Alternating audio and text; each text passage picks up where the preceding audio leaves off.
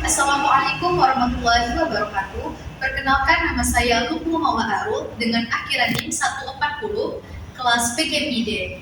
Pada kesempatan kali ini, saya akan menjelaskan materi tentang strategi pembelajaran berbasis proyek atau PJBL. Saya dari kelompok 10 mendapatkan materi bagian tujuan PJBL, syarat-syarat PJBL, prinsip-prinsip PJBL, serta kelebihan dan kekurangan dari PJBL tersebut. Nah, untuk memasuki tujuan tersebut, kita harus mengetahui terlebih dahulu apa itu PJBL. Nah, PJBL atau pembelajaran berbasis proyek atau Project Based Learning merupakan model pembelajaran yang digunakan ketika guru ingin menciptakan suasana pembelajaran yang aktif, menarik, dan berpusat pada siswa. Nah, dalam model ini, siswa tidak hanya menerima informasi materi dari guru saja, tetapi siswa juga ikut terlibat langsung dalam proses pembelajaran tersebut melalui kegiatan proyek yang menghasilkan suatu karya atau produk nyata. Nah, untuk mengerjakan proyek tersebut biasanya berkaitan dengan masalah yang berada di sekitar lingkungan kehidupan sehari-hari siswa, sehingga siswa dapat memahami manfaat dari materi yang dipelajarinya.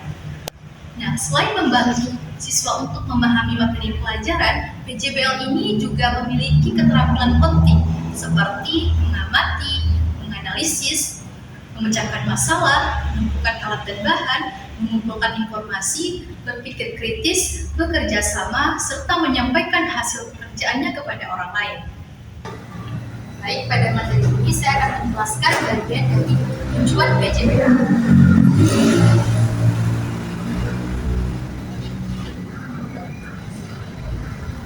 Nah, tujuan PJBL yang pertama itu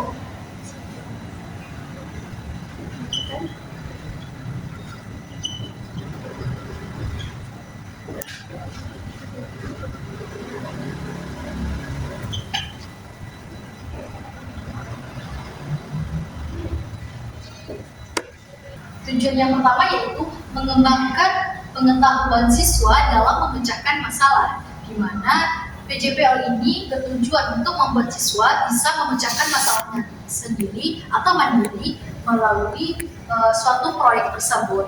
Nah, siswa akan mencari tahu solusinya juga. Di sini dilatihlah kemampuan siswa itu tersebut. Yang tujuan keduanya yaitu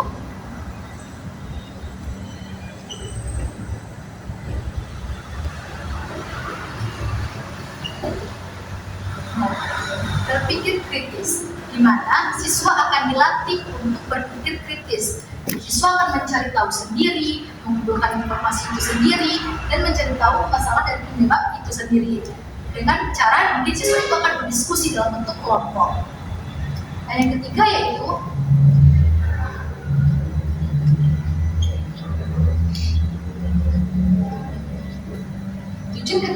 bekerja sama, di mana dalam pembelajaran PJBL ini, siswa akan dilatih untuk bekerja sama dalam pembuatan proyek tersebut. Siswa akan dibagi tugasnya masing-masing. Mungkin ada yang mendapatkan tugas mengumpulkan data, ada yang tugasnya mendapatkan menyusun laporan dan membuat produk. Dan yang tujuan terakhir yaitu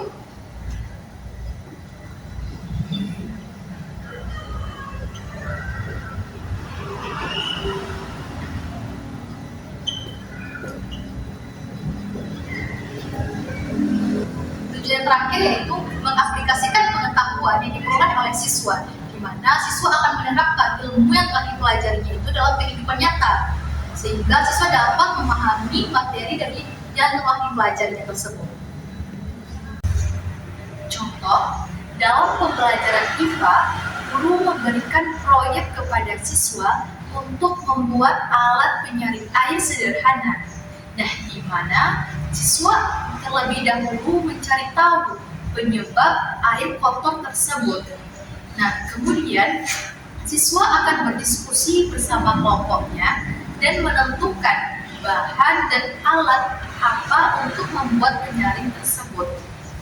Nah, selama proses pengerjaan proyek itu berlangsung, siswa harus memecahkan masalah yang muncul, seperti memilih bahan yang tepat agar air menjadi lebih bersih. Nah, setelah proyek selesai, maka siswa akan mempresentasikan hasilnya di depan kelas dan menjelaskan cara kerja dari alat tersebut. Nah, Melalui kegiatan ini, siswa tidak hanya memahami materi tentang pencemaran air saja, tetapi siswa juga belajar berpikir kritis untuk mencari solusi, bekerja sama dengan temannya, serta menerapkan ilmu yang telah dipelajarinya dalam kehidupan nyata. Selanjutnya, kita akan masuk kepada syarat-syarat PJBL.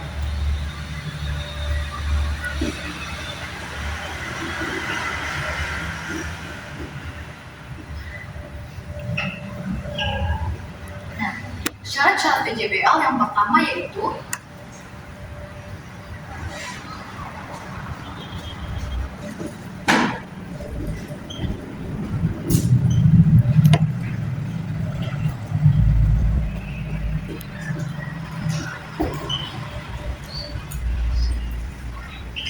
syarat-syarat PJBL yang pertama yaitu adanya masalah dan pertanyaan yang jelas.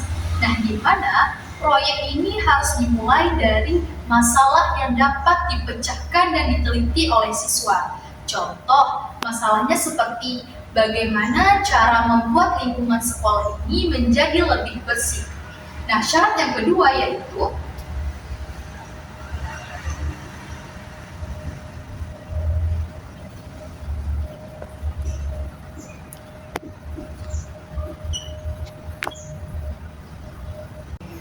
syarat PJBL yang kedua yaitu tersedianya waktu yang cukup, di mana PJBL ini memerlukan waktu yang cukup panjang dibandingkan dengan pembelajaran biasa. Contoh, untuk membuat penghijauan sekolah, maka membutuhkan waktu yang panjang, di mana proses pengerjaannya itu dilakukan selama 1 bulan, agar siswa itu dapat mengamati proses pertumbuhan tanaman tersebut. Syarat yang ketiga yaitu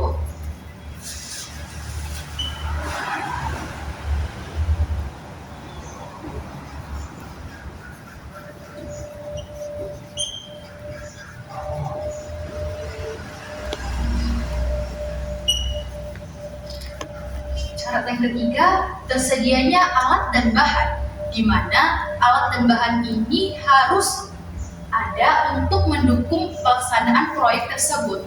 Contohnya seperti bibit tanaman, pot, tanah, alat tulis, komputer, atau bahan daur ulang lainnya. Syarat keempat yaitu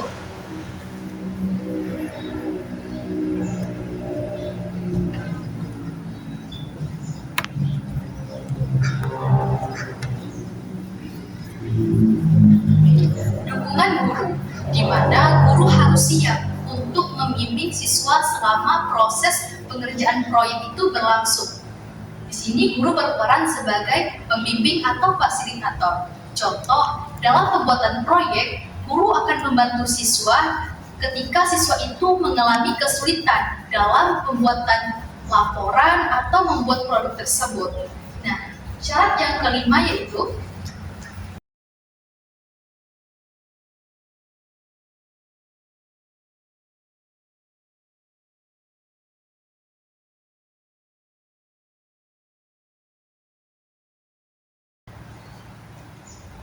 syarat yang kelima yaitu tanggung jawab dan kerjasama antar siswa, di mana siswa harus siap bekerja sama dengan temannya, menghargai pendapat temannya, dan menyelesaikan tugas yang telah dibagi. Contoh, pada saat pengerjaan proyek kelompok, masing-masing siswa telah dibagi tugasnya. Nah, maka siswa tersebut harus menyelesaikan tugas yang telah diberi. Ada yang tugasnya membuat produk, menyusun laporan, atau mengumpulkan informasi. Nah, dengan begitu, jika tugasnya telah ada masing-masing anggota kelompok, maka siswa akan cepat menyelesaikan tugas tersebut. Maka proyeknya akan lebih cepat terselesaikan. Selanjutnya, kita akan masuk kepada prinsip-prinsip PJBL. Prinsip-prinsip PJBL.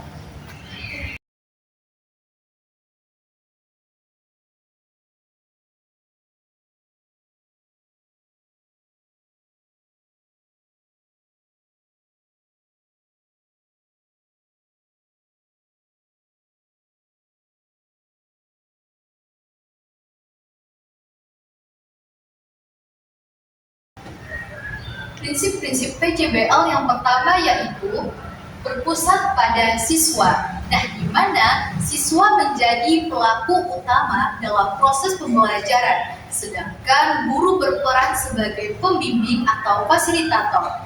Contoh, dalam proses pembelajaran, guru tidak akan memberikan semua jawaban kepada siswa, tetapi guru akan membimbing siswa untuk mencari informasinya sendiri melalui buku, internet, atau observasi. Nah, prinsip yang kedua yaitu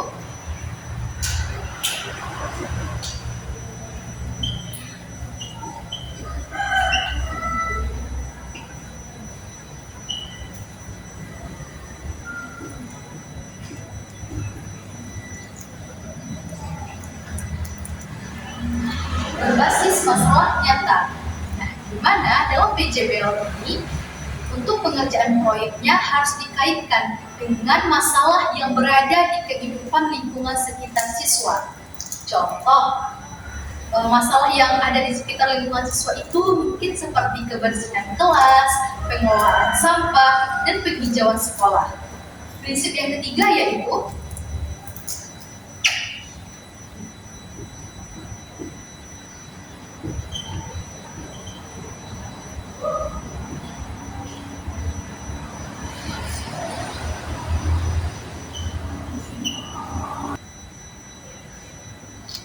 melakukan penyelidikan, di mana siswa mencari informasi melalui kegiatan seperti wawancara, pengamatan, ataupun eksperimen. Contoh, siswa mewawancarai petugas kebersihan sekolah untuk mengetahui jenis sampah apa yang paling banyak ditemukan di sekitar lingkungan sekolah. Nah, prinsip yang keempat yaitu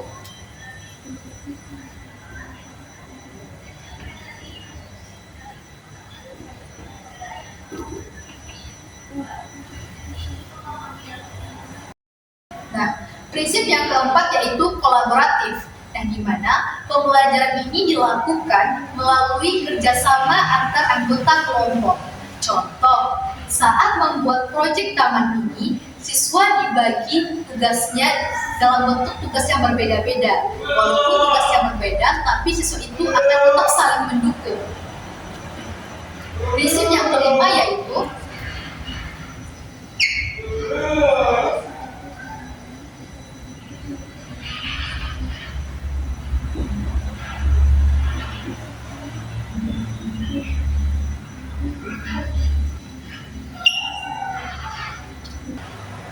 prinsip yang kelima yaitu menghasilkan produk, di mana dalam pembelajaran PJBL ini harus menghasilkan suatu karya atau produk nyata. Contoh produknya seperti poster, video kreatif, kerajinan tangan, atau taman mini. Selanjutnya kita masuk kepada kelebihan dan kekurangan PJBL. Nah, selanjutnya kelebihan dan kekurangan PJBL.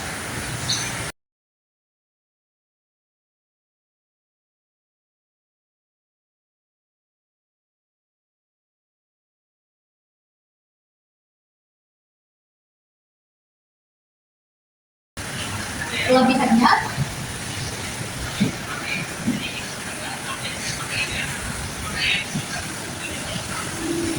kelebihan dari pembelajaran PJBL ini yang pertama yaitu meningkatkan kreativitas dan kemampuan berpikir kritis siswa.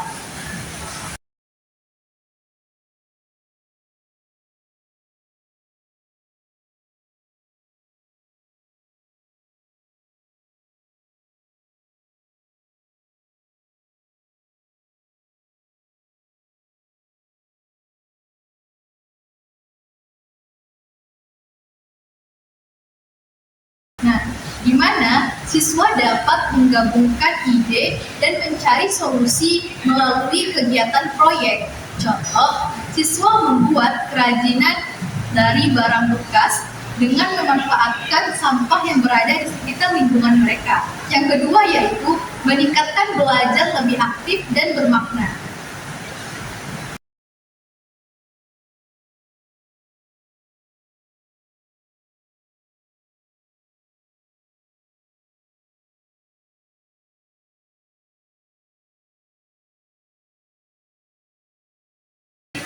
mana siswa terlibat langsung dalam proses belajar, sehingga siswa lebih mudah memahami materi.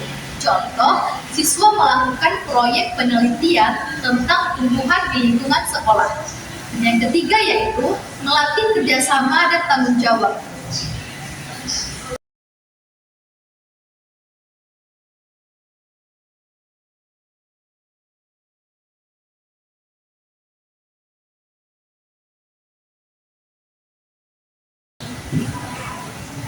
Nah, di mana PJBL ini mengajar siswa untuk berdiskusi, membagi tugas, dan melaksanakan tugasnya serta menyelesaikan pekerjaan secara bersama. Contoh, siswa bekerja dalam kelompok membuat poster tentang menjaga lingkungan kebersihan sekolah. Nah, yang keempat yaitu menghubungkan materi pembelajaran dengan kehidupan nyata.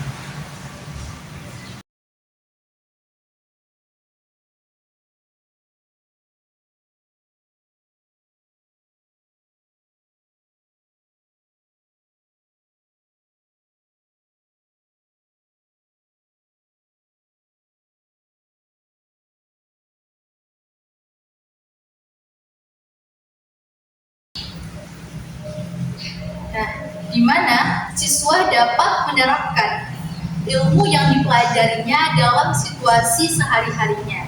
Contoh, siswa membuat proyek pengolahan sampah organik menjadi kompos. Nah, selanjutnya kita masuk kepada kekurangan PJBL. Nah, selanjutnya kita masuk kepada kekurangan PJBL.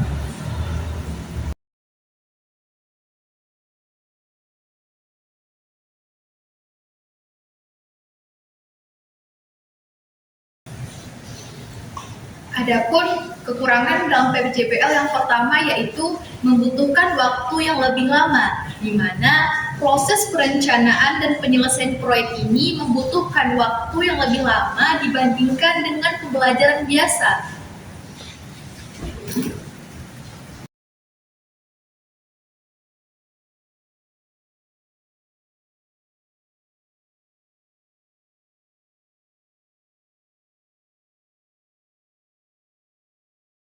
Nah, contohnya seperti proyek membuat alat sederhana, di mana untuk membuat proyek tersebut kita membutuhkan waktu yang lebih lama, karena butuh beberapa kali pertemuan untuk bisa menyelesaikan proyek tersebut.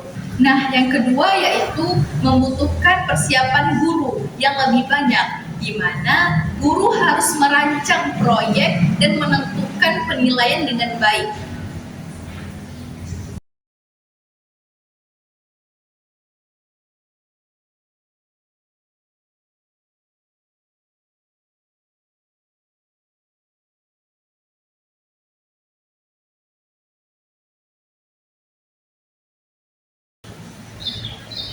Nah, contohnya seperti guru perlu menyiapkan langkah kerja sebelum siswa itu membuat proyek.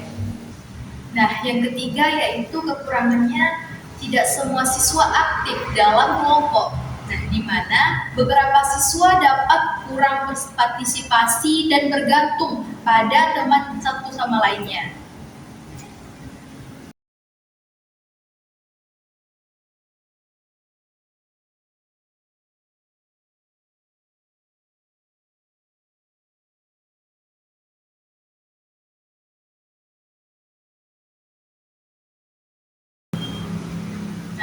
Contohnya, dalam tugas kelompok, hanya ada beberapa siswa yang aktif, sedangkan siswa yang lain hanya tidak ikut mengerjakan proyek tersebut. Nah, yang keempat, kekurangan dari PJBL yaitu membutuhkan biaya dan fasilitas yang mendukung.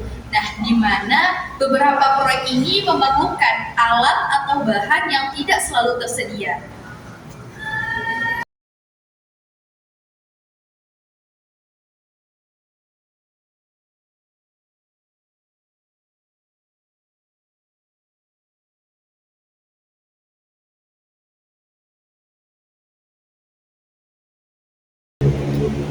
Nah, contohnya, misalnya membuat proyek video, di mana pembelajar itu membutuhkan alatnya seperti perangkat kamera atau komputer.